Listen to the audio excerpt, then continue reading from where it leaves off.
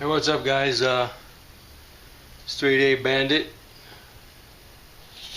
and a little update on what I got done this weekend. I really want to give a big shout out to everybody, man, that is diligent and putting a video up every weekend, every day for that matter. I've seen guys on there. I guess now I'm noticing that put a video every day. I mean, wow, that's amazing. And with all the stuff that's going on in life, I can only imagine. It's really disciplined, and big shout out to you guys that do that. You know who you are. I don't have to mention no names, I don't think. I just want to, say a couple things. I cleaned up the shop a little bit more. I had a lot of honey-do list things to do. Took an old nightstand we bought at a thrift store. Really cool. I'll show you.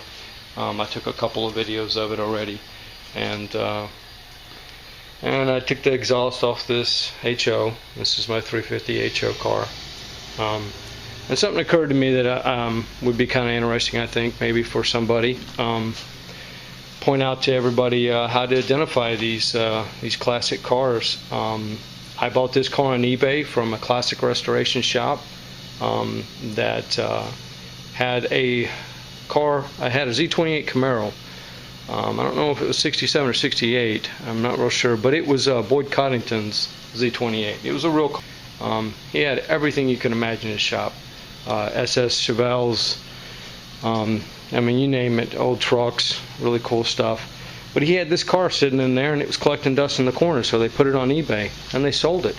The story was, when he got this car,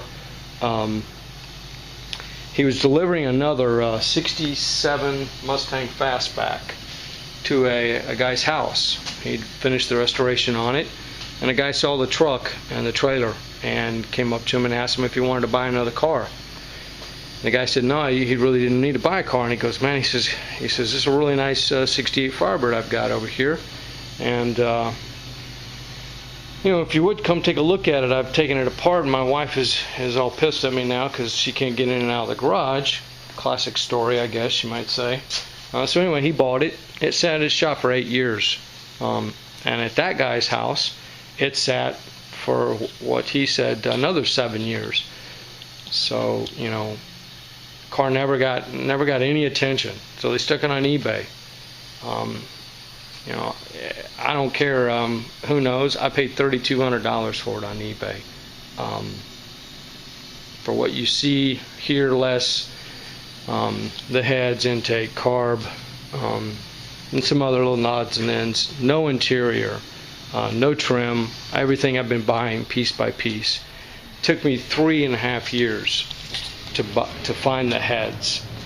So I want to show you how to date or how to identify them. I'll show you where the date is too, probably, if I can get it out to show up. But anyway, here's one thing good about the Pontiacs. Anything from 68 up, you can really identify and prove without a shadow of a doubt that it's a real car. You can't fake it at all. You can't. Because like on a 68 Camaro, the cow tag here doesn't say anything about what the car is, as far as what performance enhancements and all that stuff, Z28, SS, or anything like that. All it does is tell you the interior and the paint, basically, and what the car is as far as it being Chevy and all that BS. But on Firebird, you have the VIN number here on the dash, and let's just take the 68171. That's the last 5 numbers there, and those numbers will be. I think you guys can see it. Definitely can make out the 171.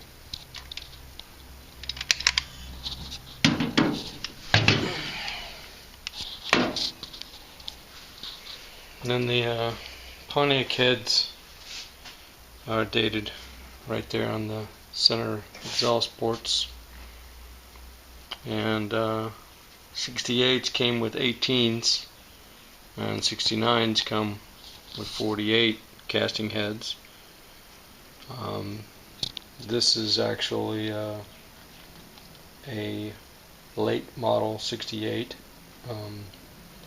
So what I had to do was find the dates on the heads, which the code on the head is down there. You can see it's an H2768. So they were made, and the H is for the letter of the alphabet, and 27th of the month, and 8. They were made in the daytime. That's the day and night over there. So basically all I had to do was be within 3 months.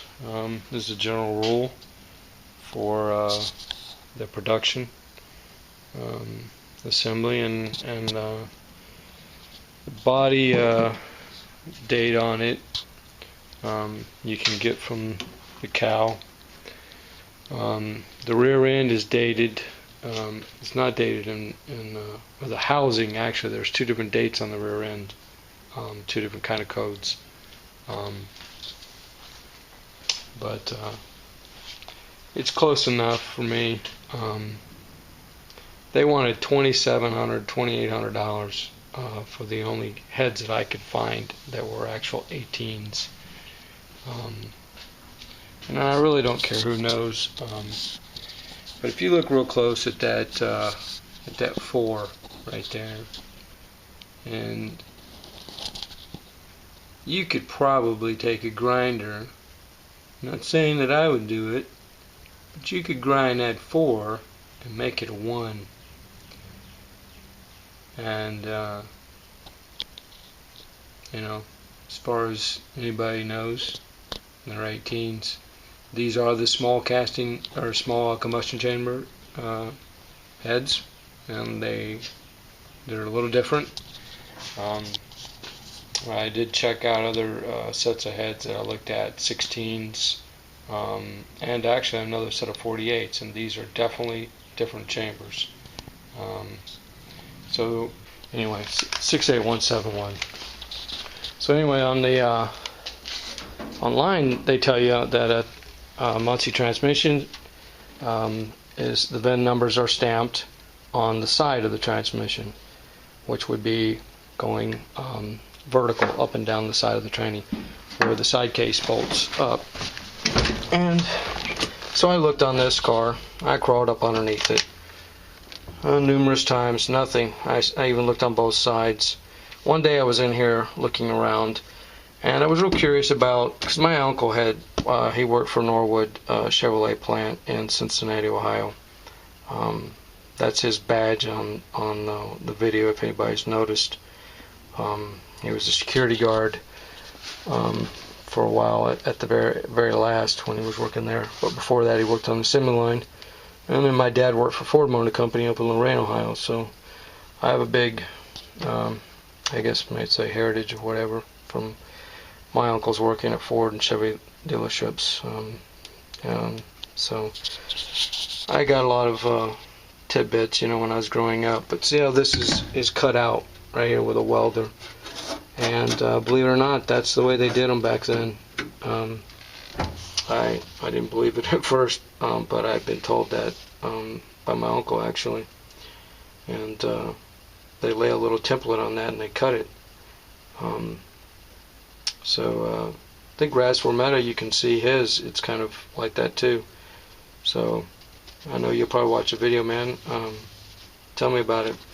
One of the things here is how this is round at the base. That's a true 60s Hurst shifter. They're round like that. When in the 70s, I think it was around in the mid 70s, they went kind of square down here, or maybe rectangle kind of shaped. So that's a really cool thing. But this is the part I want to show you. I'm going to attempt to see if you can see it or not. But one day I was in here digging around, and let's see if you can look in there. right, I don't know if you guys can see it or not, but I'll try to zoom in even. On that second plate, right there it is. You can see it's written backwards. You can make out the 171 really easy right there on the left hand side. But that's the VIN number right there on a Pontiac stamped on top. So I never saw that anywhere on the internet, and I want to give everybody a shout out on that. So that's how you that's how my car is dated and coded.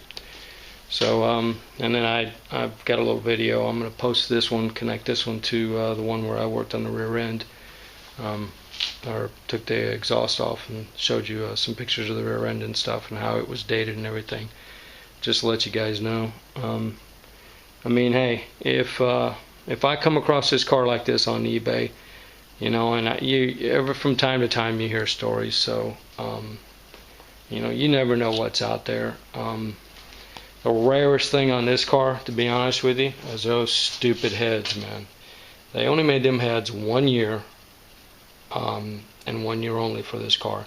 Now the 48 is the number, well, actually, the 48 castings came on the late 68s and 69s. This motor, all the 400s would have 16s on the heads. So they were right here is where the numbers are. There'll be a 1 and a 6, or if it was an earlier model, 350HO, it would have a 1 and an 8 here. Late model would be 48. I think you can actually see that without me shining a light on it and blinding it. Yeah. But these heads are a little different than the 400. They're a little smaller chamber. And when I pull the heads off, I'm going to show a little clip of how the top of the block is notched for the valves too, because these are the big valve heads.